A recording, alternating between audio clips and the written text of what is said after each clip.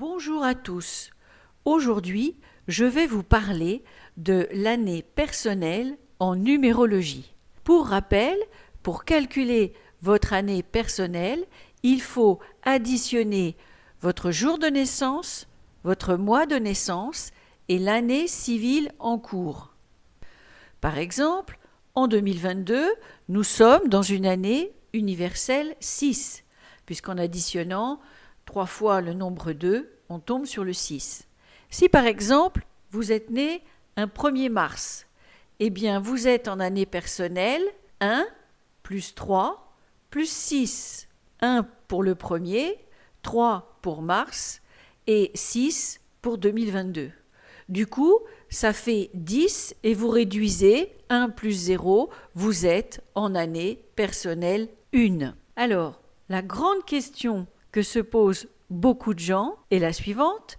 L'année personnelle commence-t-elle au 1er janvier ou à sa date anniversaire?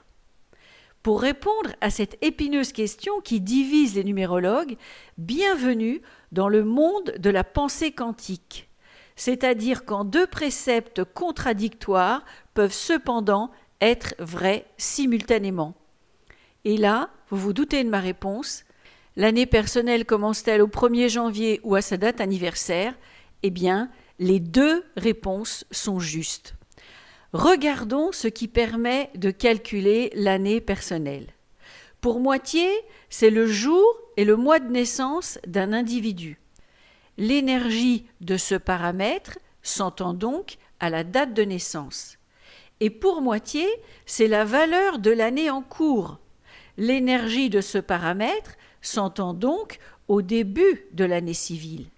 Alors peut-on privilégier un paramètre plutôt qu'un autre ou faut-il tenir compte des deux? Cela va dépendre des gens, des circonstances et des périodes de vie que l'on traverse.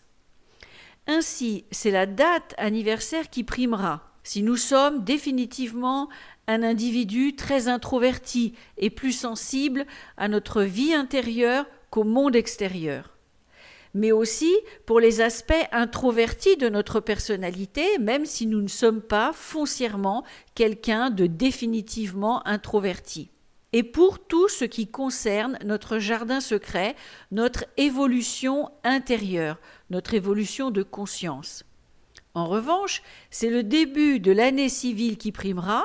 Si nous sommes définitivement un individu très extraverti et plus sensible à notre vie sociale qu'à notre monde intérieur, mais aussi concernant les aspects extravertis de notre personnalité, même si nous ne sommes pas définitivement une personne totalement extravertie, ou pour tout ce qui concerne notre vie relationnelle, notre vie professionnelle. Sachant tout de même que le paramètre de notre date de naissance représente un aspect personnalisé et plus intemporel, alors que le paramètre de l'année civile représente un aspect impersonnel et plus fluctuant, faisant de notre plus ou moins grande autonomie par rapport au collectif humain un élément déterminant.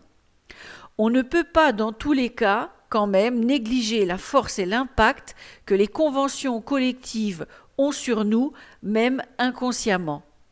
Autre point important, le paramètre de l'année civile varie avec les cultures et les époques.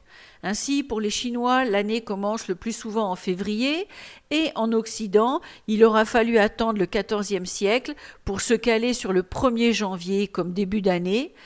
L'année a antérieurement débuté soit avec l'équinoxe de printemps, soit avec le jour de Pâques ou encore même avec la naissance du Christ.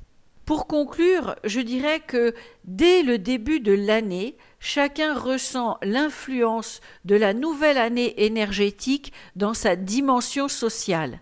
Mais en parallèle, pour ce qui concerne le cheminement intérieur, pour ce qui concerne sa bulle de vie, c'est véritablement à partir de sa date anniversaire qu'un nouveau cycle s'installe.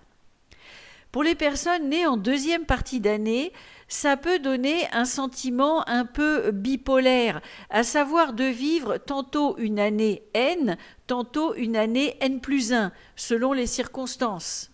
Au final, c'est à chacun de veiller à ne pas appliquer aveuglément des concepts figés, mais plutôt de faire preuve de flexibilité et de connexion au monde réel. C'est tout l'art de vivre la dualité dans l'unité. Voilà, j'espère que cette courte vidéo vous aura apporté quelques informations supplémentaires. N'hésitez pas à liker et à vous abonner. Cela participera à une meilleure visibilité de la vidéo aux yeux de tous. À très bientôt!